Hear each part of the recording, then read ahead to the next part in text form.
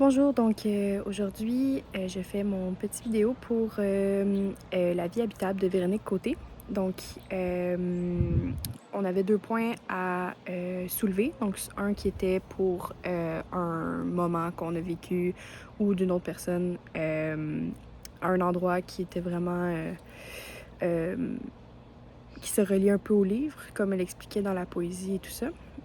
Puis d'un autre côté, on avait aussi de déterminer c'était quoi une vie habitable pour nous. Donc, premièrement, j'ai le goût de parler une anecdote, excusez-moi, que j'ai vécue avec mon beau-frère, donc le copain de ma sœur, qui est français, donc il est ici pour étudier.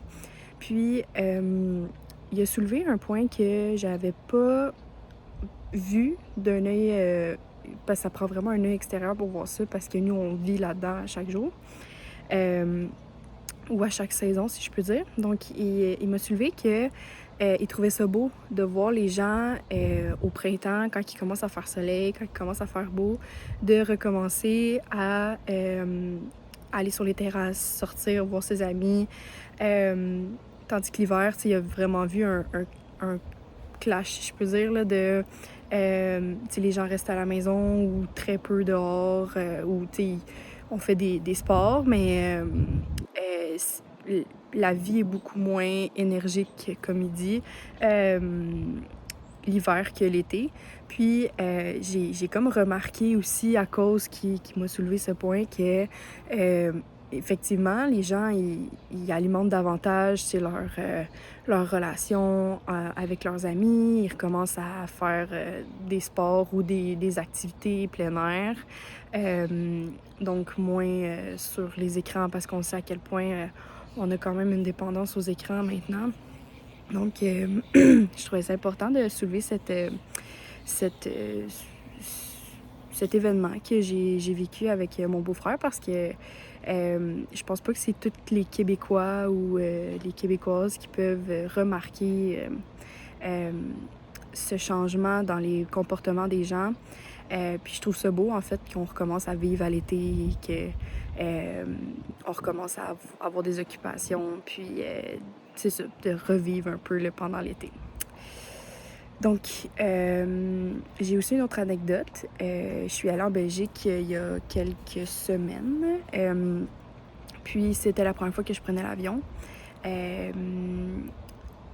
C'était mon premier voyage dans un pays étranger. Puis, j'ai vraiment...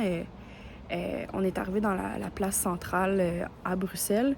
Puis, j'ai vraiment pris comme un 2 minutes, là, si je peux dire, pour apprécier chaque détail de l'endroit. Puis, je me suis rendu compte à quel point les immeubles qu'il y avait devant moi, ça fait des années, des siècles et des siècles que c'est là. Puis, il y a tellement de monde qui ont passé sur ces pierres-là qu'il y a par terre et tout ça. J'ai vraiment eu comme un pas un choc, mais un requestionnement de, toute l'histoire qu'il y a eu, puis tous les événements qu'il y a eu à cet endroit-là. Je trouvais ça beau de prendre ce 2 minutes-là, puis de, même plus, je vous dirais, là, de juste prendre une pause, puis de se requestionner, puis de trouver notre chance aussi du fait qu'on a voyagé, puis qu'on a pu marcher aussi sur ces pierres-là à ce moment-là.